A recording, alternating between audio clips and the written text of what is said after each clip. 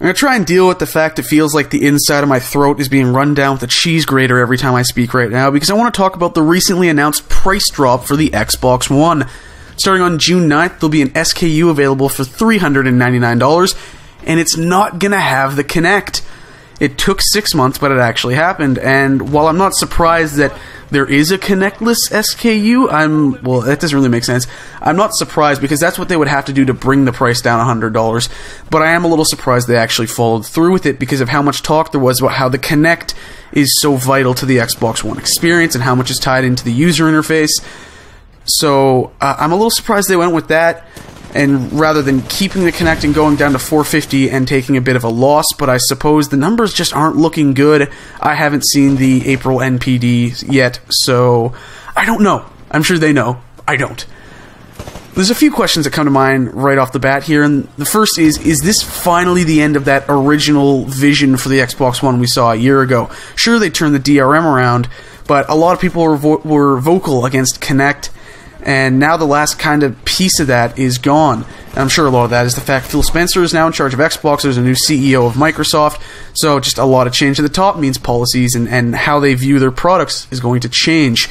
But Microsoft would constantly talk, even throughout 2013 and into 2014, about how, we still believe in our original vision for the Xbox One. It's just that consumers weren't ready and yada yada yada, which I think you don't do that when you're trying to convince people to give you $500 for a new product. You don't go out publicly and say, oh yeah, we still believe in this thing that everyone was really vocal about how much they don't want, because they weren't ready, because the consumer wasn't ready. And that's just brain dead. Like, one of the first things people should know in business is the customer is always right. That is the motto you live and die by. And while that may not necessarily always be true, because sometimes people are stupid, you still have to abide by that when you're trying to convince people to give you their money.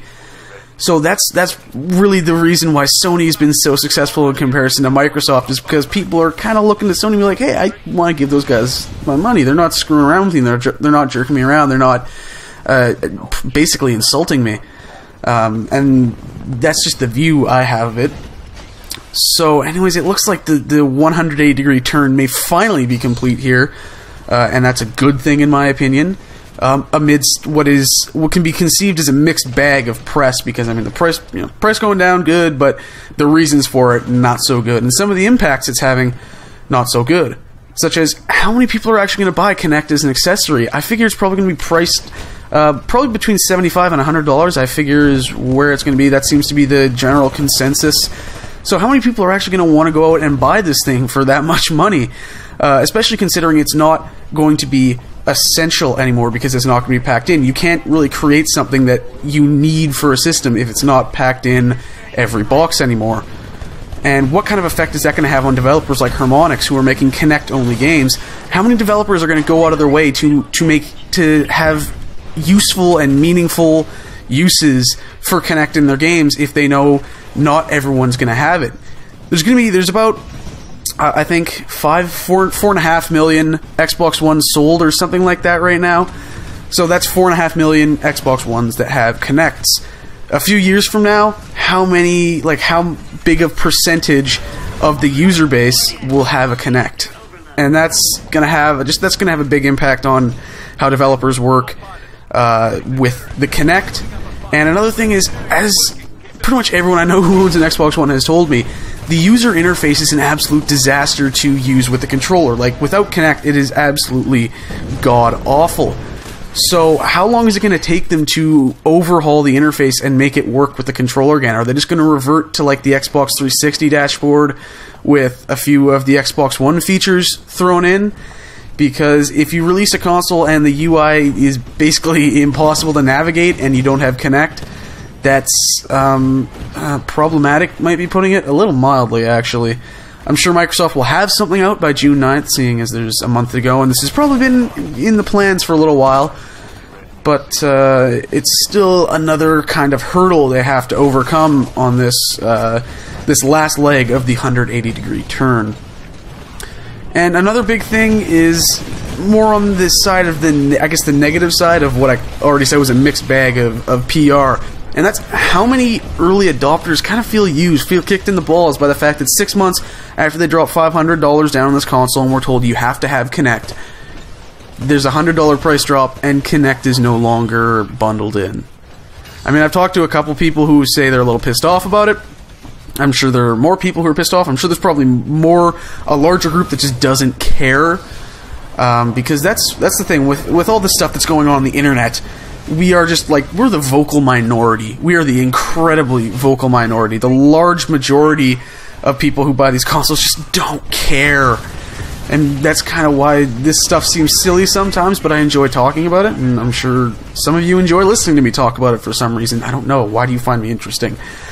But it's got to feel like a bit of a kick in the balls to at least some of the early adopters saying like, hey, you know, I never wanted Kinect, but I wanted the Xbox console, so I bought it. Anyways, now you're telling me if I waited 6 months, I could have had it for $100 cheaper and wouldn't have Kinect?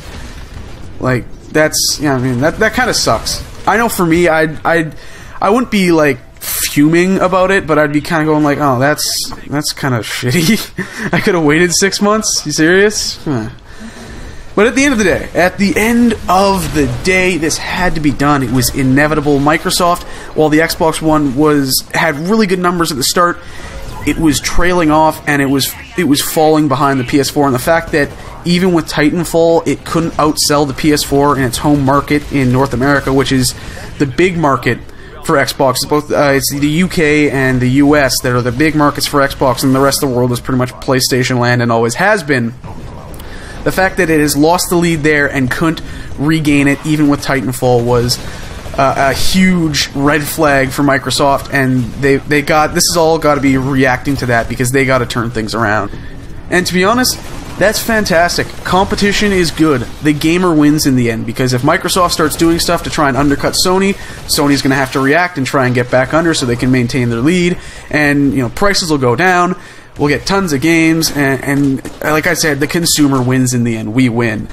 Hopefully Microsoft does let their old vision stay dead, because it needs to stay dead, and they need to bring the games. I know personally Sunset Overdrive, which was recently shown off with gameplay, has caught my interest, and with the lower price, the Xbox One is a little more interesting, at the least. So that's what I have to say on the Xbox One price drop. Is it too little too late? I don't know. We'll see after E3. Thanks for watching. I hope you guys enjoyed the video. Let me know what you think about the Xbox One price drop in the comment section below. Like, subscribe, share it around. I really do appreciate it. And I'm going to stop talking because my throat hurts. I'll see you next time.